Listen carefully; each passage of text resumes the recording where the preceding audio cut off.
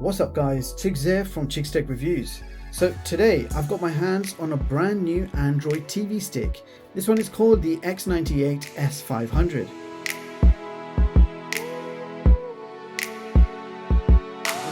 Now, similar to how a Fire TV stick works, you've got an HDMI port on the front, we've got a Type-C port on the side for power, and a full-size USB 2 port on the back, and there is also an IR extension port on the side. Now let's quickly see what you get inside the box. So you get a user manual, a Type-C to Type-A power cable. You also get an HDMI extension cable included, an infrared cable. I'm not sure if we have infrared built in. The cable could be optional, but we will test that shortly. You get an infrared remote control, basic functions, powered by 2 AAA batteries, and the batteries are not included.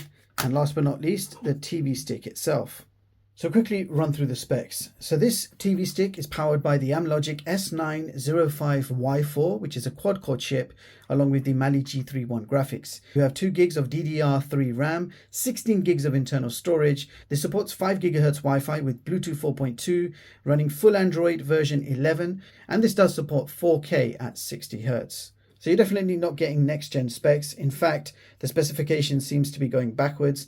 But with all that said, let's go ahead and hook this up to my TV and capture card and find out exactly how good this really is.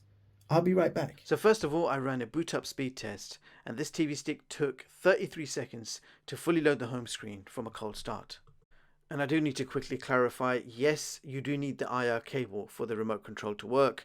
Without it, there is no IR in the TV stick. And here is the home screen. It's full Android 11. We have a whole bunch of colorful icons and they are all fixed, so they can't be changed. At the bottom we have a favorite row of small icons which are customizable. So you just hit the plus sign and select your favorite apps to appear at the bottom. Now if we head over to the main system settings, go to device preferences and check out the system storage info, you will see that this box has 16 gigs of internal storage, from which you have 13 gigs free to use. If we have a quick look in about, you'll see that this box is apparently Android TV OS version 11, and you can see the kernel and build numbers, etc. Other features to mention: under display settings, you can see the screen resolution details. Then you have HDMI CEC settings with a number of options, and this is off by default. So that is pretty much the main features you get with this box. Now if we take a look at the system apps, these are all the default apps pre-installed on this box.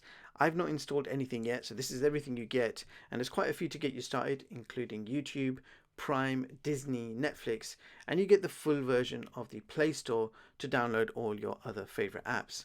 And fortunately you do have the full version of the Play Store. Now the first app we need to test is AirScreen, which is screen mirroring for iOS devices, and I tested this with my iPhone 14 Pro, and as you can see, it was quick and easy to connect, and it worked quite well with minimal lag. We also have Mirrorcast, which is screen mirroring for Android phones, and I tested this with my Galaxy Flip 5 and it would not work. So then I tested it with my Poco F1 GT, and then it actually did connect and work. So this box does support Android and iPhone screen mirroring. Okay, so next up, 4K video samples from a USB drive using the included Movie Player app. So let's begin with the usual high bitrate Jellyfish demo. That's 160 megabits per second. You can see it's playing back, but not as smooth as I would have liked. So next clip, 180 megabits per second. Again, the sample's playing back quite stuttery, and as expected, the 400 megabits per second file is not happening at all. Thereafter, I also tested some 4K 60 videos with some various HDR formats, and they all played back absolutely fine, vibrant colors and great looking HDR. I also tested out an AV1 clip, and you can see that is also playing back fine.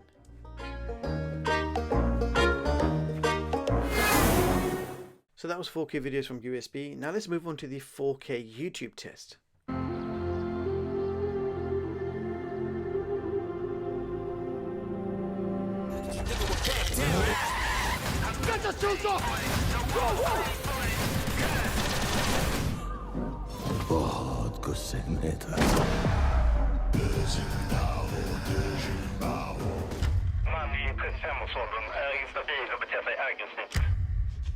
Ingen mer behöver komma till skada.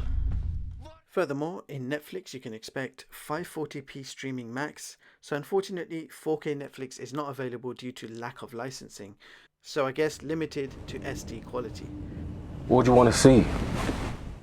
And same result in Amazon Prime Video, SD quality max.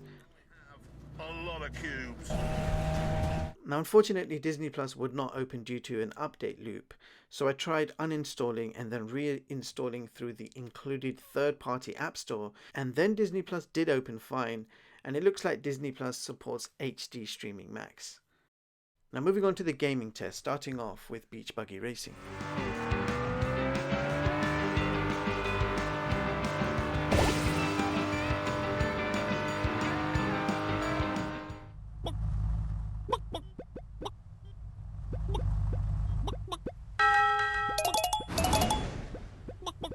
Now for you advanced users, DRM info shows Google Widevine level 3, and here is CPU Z where you can check out the clock speeds, and you can see we are running the Mali G31.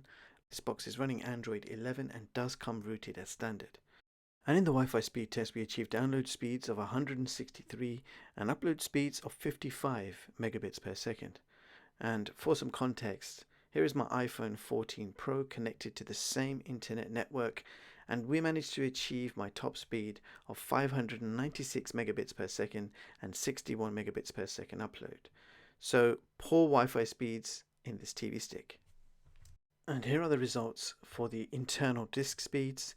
We achieved read speeds of 275 and write speeds of 41 megabytes per second. So that brings us to our benchmarks, beginning with Geekbench single core score of 102 and multi-core score of 314. And in the Antutu benchmark test we achieved 78K. So let's see how that compares with the others. So this is my top Android TV box performance chart for 2023, showing you the latest TV boxes and seeing how they compare with each other. The ranking is based on Antutu benchmark scores, and based on that you can see the X98 S500 takes position 27 on this chart with a benchmark score of 78K. Now I've also given this box an overall rating of 2 out of 5. So from this chart you can see the performance scores and my overall rating all color coded to make it easier for you to read, and that should give you a very good idea of what I think of this product. So there you have it guys, that was the X98 S500 TV stick, and here are my thoughts. Now I've never rated a streaming device as poor as this one for a very long time. The X98 S500 pretty much earned itself the poor rating.